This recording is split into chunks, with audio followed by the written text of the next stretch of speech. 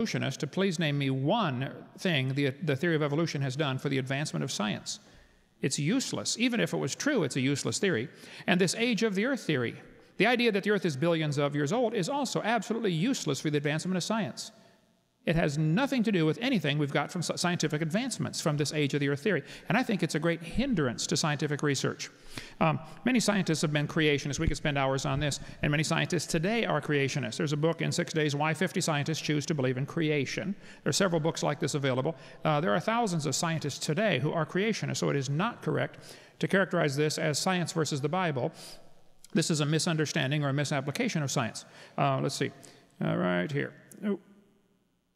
Yeah. Evolution is a fairy tale for grown-ups. The theory has helped nothing in the progress of science. It's useless. It's a useless theory. Now, as far as the question of stars, how did the stars get their light here? Let me go to Stephen Hawking, who refused to debate me a few months ago when I was in England, said, stars are so far away that they appear to be just pinpoints of light. We cannot see their size or shape. How do we tell the distant types of stars apart? We can only see the color of their light, basically, is all we can tell. If you're going to measure the distance to a star, the only sure mathematical way is with parallax trigonometry, and you have to know two sides in one angle or two angles in one side. I taught trig for 15 years, okay? And you have to know some points, okay? The problem is the Earth is only 8,000 miles in diameter. So if you're looking at a star from opposite sides of the Earth, the base of your triangle is way too small. What they've done to enlarge the base of the triangle is look at the star in January and then look at it in June. Now you have the opposite sides of Earth's orbit as the base of your triangle. Well, we all know it's 93 million miles to the sun, but that's only 8 light minutes.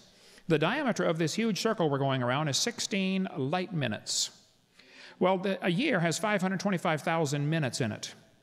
So if that little yellow dot represented Earth's orbit, not the Earth, the orbit of the Earth, it's way too big, the drawing, for the scale here.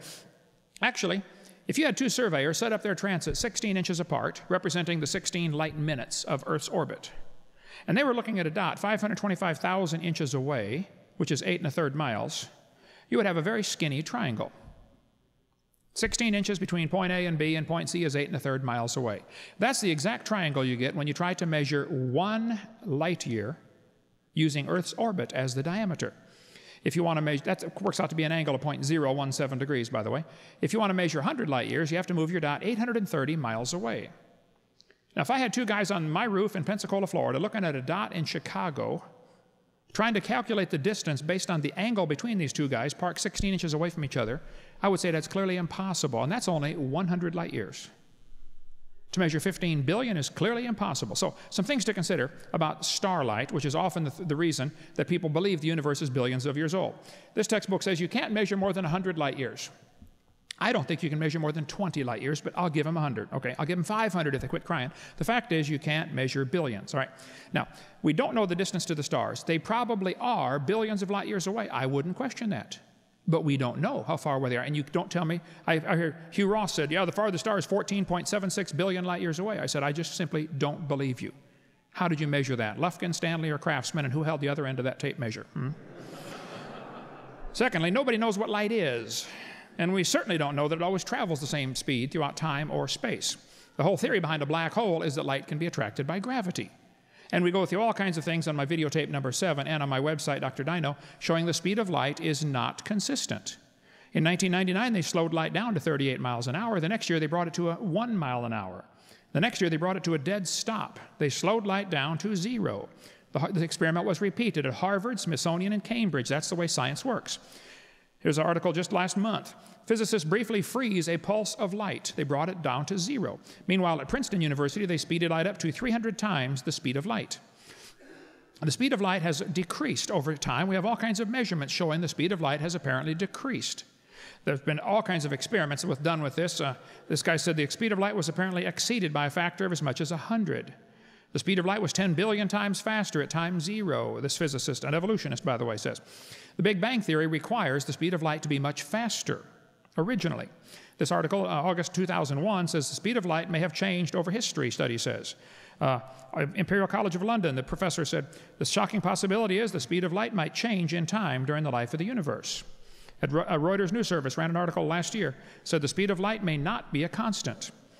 Been many articles on this. I have a whole collection. Here's a whole book about this, faster than the speed of light.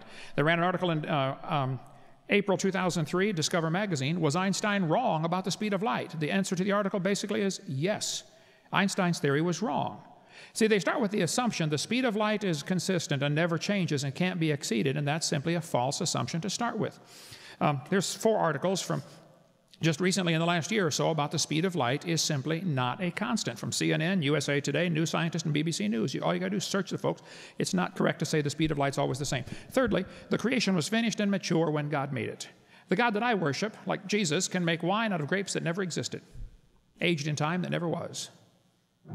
God can make light and stars simultaneously, okay? He didn't make 2 babies and put them in a garden and hand them a package of seeds and say, plant these quick. He can make a full-grown man, a full-grown woman, a full-grown tree with fruit already on the tree, ripe, ready to eat. And he can make a full-grown universe with light already showing.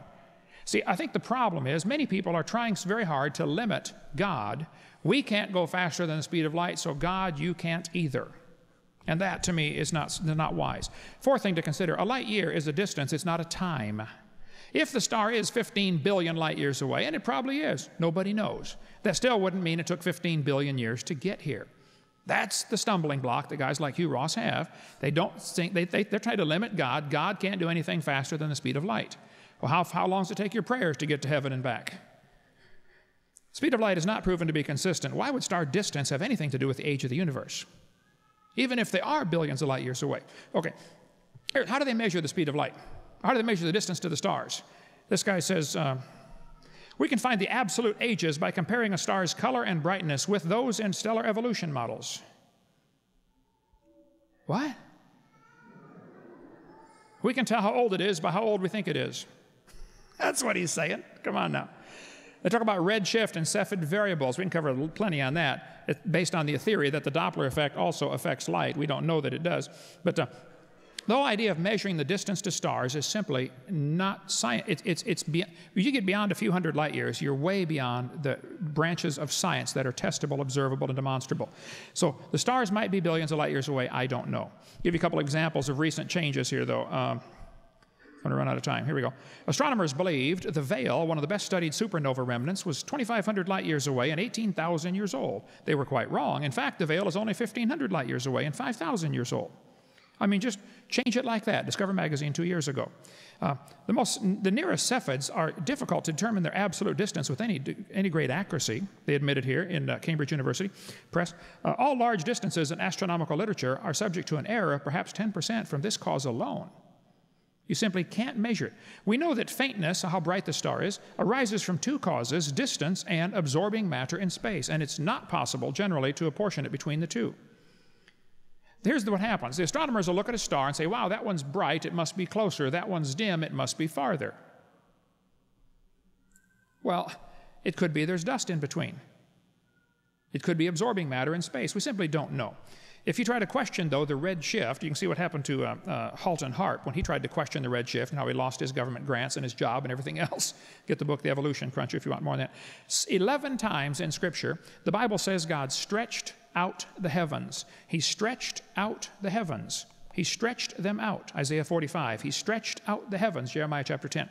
So the stretching of the heavens is one possible explanation for the red shift. It does not, we don't know the distance. God could have created it all yesterday and flung the stars out there in space and had the light star way out there and the trail of light in between. No problem. The God that I worship is not limited by things like that. Thank you so much.